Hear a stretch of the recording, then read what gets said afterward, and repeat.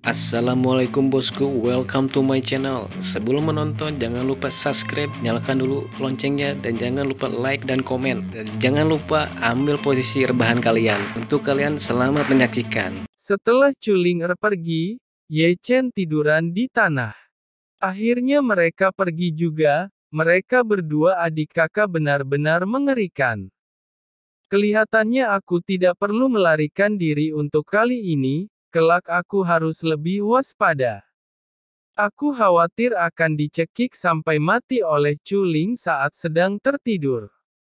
Wanita gila itu benar-benar bisa melakukan apapun. Kenapa aku bisa tidur dengannya? Waktu itu kita berdua tidak dapat mengendalikan diri. Tidak perlu memikirkannya lagi, mau bagaimana lagi? Ye Chen mengumpulkan pikirannya, dan kemudian dia memanggil Zixuan keluar dari pikirannya. Zixuan, yang ditingkatkan ke level Xuan, terlalu berbeda dari sebelumnya. Pertempuran di gunung, kekuatan tempur Zixuan, benar-benar mengejutkannya. Dia tak terkalahkan melawan dua murid peringkat teratas dan banyak murid dalam. Ini tampaknya berada di luar jangkauan level Xuan biasa, dan itu sangat menakjubkan. Terima kasih Zixuan, kalau bukan berkat dirimu, kami berempat sudah mati sekarang. Tingkat Xuan sangat kuat. Jika kau ditingkatkan ke tingkat level selanjutnya, mungkin cultivator di tahap roh virtual bukan tandinganmu. Dengan gumaman di hatinya, Ye Chen sudah merencanakan untuk mencari waktu untuk meningkatkan Zixuan ke level selanjutnya. Namun, dia juga tahu bahwa meningkatkan ke boneka tingkat selanjutnya bukan hanya masalah yang bisa diselesaikan dengan uang, bahan material yang dibutuhkan sangat susah didapat. Ngomong-ngomong, aku masih optimis padamu. Ye Chen menyeringai sedikit, lalu mengabaikan Zixuan dan membiarkannya menyerap cahaya bulan. Dan dia sudah duduk di ranjang bambu dan mengeluarkan sepotong besi dari tangannya. Sepotong besi ini diperoleh dari tas penyimpanan Yang Bin ketika dia berbagi barang curian dengan Xie Yun. Karena keberadaannya, itu membuat api abadi bereaksi. Ye Chen memegang potongan besi itu, dan melihat dengan hati-hati cahaya bulan yang miring ke dalam ruangan. Aku tidak tahu bahwa potongan besi itu adalah sesuatu dari zaman itu. Ada perubahan karat. Karat berbintik-bintik di atasnya. Tidak mengherankan, seperti pecahan pisau. Mari kita lihat misteri apa yang kamu miliki. Dengan gumaman, Ye Chen mengeluarkan botol labu ungu, dan kemudian memasukkan potongan besi kecil itu. Tiba-tiba, labu sedikit gemetar. Ye Chen hanya menunggu menatap labu kecil itu, berharap labu kecil yang aneh itu bisa menemukan misteri pada potongan besi kecil itu. Namun, setelah sekian lama, labu kecil itu tidak merespons. Apa yang terjadi? Ye Chen kaget, lalu dia memegang labu kecil, lalu menarik sumbat labu dan melihat ke dalam. Dan potongan besi yang dia masukkan ke dalam labu kecil ditembakkan dari labu kecil seperti surai emas, mengenai kepala Ye Chen. Tiba-tiba, Ye Chen merasakan dengungan di kepala. Apa? Ye Chen kesakitan, berbalik dan jatuh, memegangi kepalanya di tangannya dan menggeram dengan giginya. Di tengah-tengah, Ye Chen sepertinya mendengar suara seperti itu, seolah-olah ada sesuatu yang rusak, dan suara itu datang dari benaknya, dan potongan besi yang masuk ke pikirannya melalui kepalanya. Ye Chen dengan jelas melihat bahwa potongan-potongan kecil besi telah menjadi gambar yang rusak. Gambar-gambar rusak ini dengan cepat diatur ulang untuk membentuk gambaran yang lengkap, dan pikirannya langsung terlihat. Tidak ada lagi rasa sakit di pikirannya, gumam Ye Chen. Entah kenapa, jiwanya sepertinya terlepas dari tubuh, dan kemudian memasuki dunia yang aneh. Dunia ini sangat misterius. Ada gunung, air, hutan, bintang, bulan dan matahari. Mata Ye Chen berbinar. Dia sedang tidak mood, tapi ini pertama kalinya suasananya begitu megah seperti sebelumnya. Lihat. Benar saja, tidak jauh dari puncak gunung, seorang pria yang mengenakan baju perang emas muncul di hadapan Ye Chen. Pria itu agung, dengan punggung seperti gunung, rambut hitam tebal, mengalir seperti air terjun, dan diselimuti kemuliaan emas, berdiri di puncak gunung, seperti monumen yang tidak akan pernah jatuh. Apakah ini adalah tempat para kultivator senior yang sudah meninggal? Bergumam, Ye Chen memandang pria yang mengenakan baju besi emas, segera. Pria yang mengenakan baju besi emas itu bergerak. Dia mematahkan satu langkah di langit dan pedang emas muncul di tangannya. Pada saat ini, badai penuh dengan awan tebal, dan guntur menggelegar terbang melalui awan gelap seperti ular, dan seluruh dunia menjadi gelap, dan rasa perang yang membuat Ye Chen antusias disajikan. Tebasan 8 malapetaka. Dengan teriakan mendesis pria itu, dia menghentak denyutkan pedang emas, dan pisau itu membelah seluruh dunia. Pada saat ini, cahaya bintang redup, cahaya bulan padam, dan langit dan bumi kehilangan warna karena serangan tebasan 8 malapetaka. Adegan ini terlalu menakutkan, jadi Ye Chen tidak bisa membantu tetapi mundur selangkah. Wajahnya tiba-tiba pucat, dan matanya penuh ketakutan. Jika dia tidak memasuki dunia misterius ini, akan sulit baginya untuk menyaksikan pemandangan sebesar itu sepanjang hidupnya. Di kejauhan, pria itu tubuhnya mulai menghilang perlahan, dan dunia misterius kabur dengan kecepatan yang terlihat dengan mata telanjang sampai menghilang. Wow! Di kamar bambu kecil, Ye Chen tiba-tiba duduk dari tempat tidur. Tebasan 8 malapetaka. Tebasan 8 malapetaka, sungguh nama yang keren. Ye Chen tidak bisa menyembunyikan wajahnya dari keterkejutan. Dengan tenang, dia menutup matanya perlahan, seperti seorang biksu tua yang duduk bermeditasi, dengan keadaan pikiran yang jernih, dan berenang dalam pemahaman. Puncak Gunung Giok benar-benar sunyi, bermandikan sinar bulan, menambahkan pesona unik ke puncak ini. Di ruang bambu kecil, Ye Chen, yang duduk diam, tampak tidak yakin, terkadang bersukacita, terkadang mengerutkan kening, terkadang berbisik, dan terkadang sangat sunyi. Dia tidak tahu berapa lama sebelum dia membuka matanya perlahan. Tiba-tiba, Ye Chen berdiri dan melompat keluar dari rumah bambu. Ye Chen melambaikan pisau emas dari tas penyimpanan, dan melambaikan kekuatan dan kekuatan. Segera, tebasan 8 malapetaka. Ye Chen bergumam, "Senior, sepertinya aku sudah menemukan arti sesungguhnya dari 8 malapetaka itu." Saat Ye Chen minum tiba-tiba, dia melangkah keluar, melompat ke udara, memegang pisau emas di kedua tangannya, dan menghancurkan batu. Berlatih keterampilan tebasan 8 malapetaka. Tiba-tiba, pedang emas sepanjang 5 kaki muncul, tak terkalahkan dan sombong. Boom! Hutan bambu bergetar sedikit, dan sebuah batu besar meledak. Ye Chen menyentuh tanah, tetapi dia berlutut kelelahan, tetapi hampir menghabiskan energinya. Klik! Suara renyah terdengar, retakan muncul di pisau emas yang dia pegang di tangannya, dan kemudian berubah menjadi pecahan dengan kecepatan yang terlihat dengan mata telanjang. Jelas, tingkat pisau emas terlalu rendah untuk menanggung hegemoni keterampilan tebasan 8 malapetaka. Tidak hanya itu, tetapi tubuh, tulang, dan meridiannya juga menyebabkan rasa sakit yang hebat, dan sepertinya dia terluka oleh keterampilan tebasan 8 malapetaka. Tentu saja, meski wajahnya pucat, wajah Ye Chen masih menunjukkan senyum gembira. Butuh beberapa saat baginya untuk tenang. Pada saat ini, di puncak Gunung Giok dan Chu Xuan-er juga datang.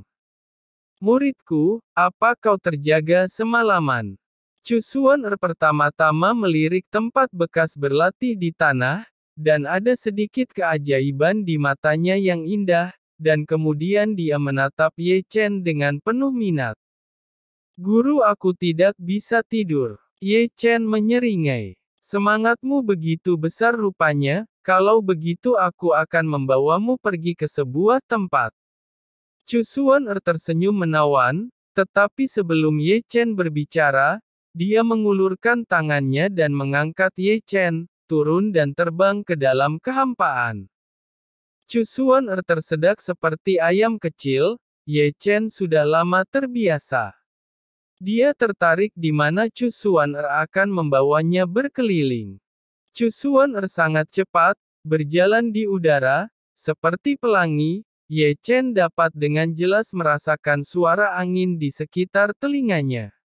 Meskipun dia adalah saudara kembar, Ye Chen merasa bahwa Chu Xuan-er lebih baik daripada Chu Ling. Sepanjang jalan, Chu Xuan-er tidak pernah mengatakan sepatah kata pun. Ye Chen menatap Chu Xuan-er lebih dari sekali. Meskipun dia hanya bisa melihat setengah dari pipinya, dia masih menangkap kesedihan di mata indah Chu Xuan. Guru, apa ada sesuatu yang mengganggu pikiranmu? Dan siapakah orang yang telah membuatmu kesal? Bagaimanapun, Ye Chen tidak bisa menahan diri untuk bertanya. Chu Xuan-er menjawab, kenapa kau bisa menyimpulkan kalau aku sedang kesal? Pernahkah kamu mendengar tubuh roh mistik? Chu Xuan-er tidak melihat ke belakang, hanya berbisik. Ye Chen membeku, tidak pernah berpikir bahwa Chu Xuan-er akan menyebutkan tubuh roh mistik itu. Bagaimana mungkin Ye Chen tidak mengetahui tubuh roh mistik dan tubuh surgawi? Dan tampak langka muncul 1000 tahun sekali dan muncul di sekte Zeng Yang dan yang memiliki tubuh roh mistik adalah mantan kekasihnya, Jining Suang.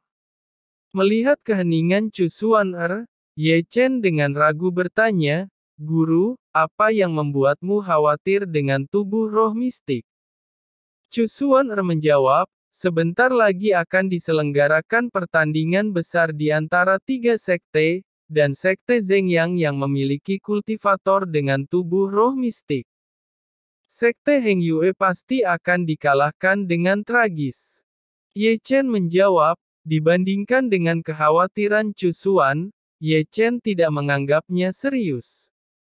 Kemenangan atau kekalahan adalah hal yang biasa dalam pertandingan, kekalahan dikalahkan, dan tidak masalah jika Anda mengkhawatirkannya, Guru. Chu Xuan-er berkata, apa yang kau pahami? Aku mengkhawatirkan masa depan sekte Heng Yue. Chu Xuan-er menarik napas dalam-dalam dan sedikit mengernyit, kamu masih belum tahu terlalu banyak, tidak benar-benar mengerti betapa mengerikannya tubuh roh mistik, dan kamu tidak mengerti hubungan yang kuat di antara mereka. Sekarang tubuh roh mistik tidak menimbulkan ancaman bagi sekte Heng Yue, tetapi 100 tahun kemudian. Tubuh roh mistik 100 tahun kemudian sudah cukup untuk menyapu sekte kita. Mendengar kata-kata Chu Xuan-er, alis Ye Chen mengerutkan kening. Dia tidak memikirkan ini. Tubuh roh mistik adalah tubuh yang melawan surga. Jika benar-benar tumbuh, akan membahayakan. Apakah Istana Darah dan 2 sekte dapat menemukan lawan yang sesuai? Ye Chen mulai menyadari keseriusan masalahnya. Dia dulunya adalah murid sekte Zeng Yang, dan bahkan anggota divisi intelijen. Dia tahu bahwa sekte Zeng Yang memiliki ambisi untuk menghancurkan sekte Heng Yue dan Qing Yun. Guru, bukankah sekte Heng Yue telah memutuskan akan membunuh kultivator dengan tubuh roh mistik itu diam-diam? Mendengar itu, Chu Xuan-er tidak bisa membantu tetapi melihat kembali ke Ye Chen, dan ada kilatan cahaya samar di matanya yang indah, tetapi dia segera kembali normal, dan berkata dengan ringan, "Kalau begitu kamu pikir kita harus pergi untuk membunuh?" "Tidak." Ye Chen bahkan tidak ingin berseru. "Oh." Chu Xuan-er tersenyum, dan Ye Chen menjawab dengan sangat sederhana, dia tidak bisa menahan diri untuk tidak menatap Ye Chen, "Bicaralah." Ye Chen berkata, "Jika kau takut dengan tubuh roh mistik, kau akan kehilangan keberanian untuk mencapai puncak tinggi kultivasimu. Bagaimana guru akan maju jika merasa takut seperti itu?" Kata-kata Ye Chen hambar, tapi ekspresinya sangat tegas. Ye Chen tidak setuju dengan Sekte Heng Yue untuk membunuh pemilik tubuh roh mistik, bukan karena mantan kekasihnya, tetapi karena dia memiliki hati yang tak kenal takut. Jika dia takut pada tubuh roh mistik, dia akan kehilangan satu. Mengejar puncak kultivasi. Melihat tatapan tegas Ye Chen, Chu Xuan-er menunjukkan senyum yang menyentuh, "Bocah kecil, aku sangat senang kau dapat memahaminya. Kalau begitu kita Sekte Heng Yue, akankah harus membunuh pemilik tubuh roh mistik itu?" Ye Chen menatap Chu Xuan-er dengan saksama. "Mungkin." Chu Xuan-er menjawab dengan ambigu. "Mungkin kita harus melakukannya, kita tidak boleh mengabaikan masa depan sekte ini. Terkadang kultivator yang berbudi luhur seperti kita pun terpaksa harus melakukan tindakan yang tidak terpuji." Ye Chen diam-diam, meskipun dia tidak akan pernah menyetujui sekte untuk membunuh tubuh roh mistik, tetapi dia juga mengerti arti dari wacana Chu Xuan-er. Dia menyalahkan tubuh roh mistik karena terlalu kuat, dan orang yang berkuasa bertanggung jawab melindungi warisan sekte. Tak berdaya, dia tahu. Ini bukan sesuatu yang harus kamu khawatirkan, berlatihlah dengan tenang. Melirik Ye Chen yang diam, Chu Xuan-er mempercepat. Tidak lama kemudian, Chu Xuan-er berhenti di hutan pegunungan yang tak berujung. Hutan monster. Ye Chen mengenali di mana itu. "Kamu tidak asing dengan tempat ini." Chu Xuan-er melirik Ye Chen. Tidak asing." Ye Chen tertawa. Setelah bergabung dengan Sekte Heng Yue, misi pertamanya adalah datang ke hutan monster ini, dan banyak omong kosong terjadi di hutan monster ini, seperti berbicara pada malam bersama Chu Ling-er. Chu Xuan-er memegang Ye Chen langsung ke hutan monster. "Guru, apakah kau ingin aku membunuh monster mengerikan itu?"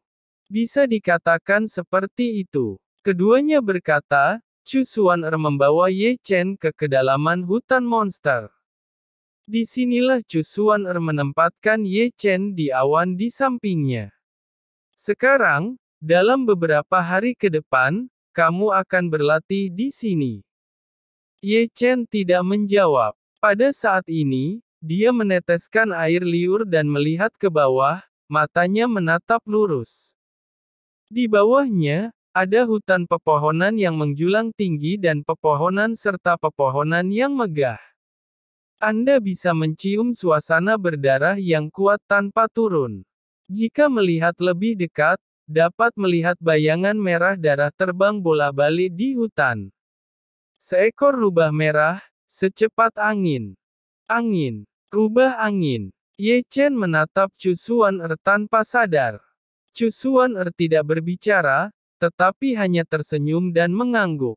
"Guru, ini tidak menyenangkan."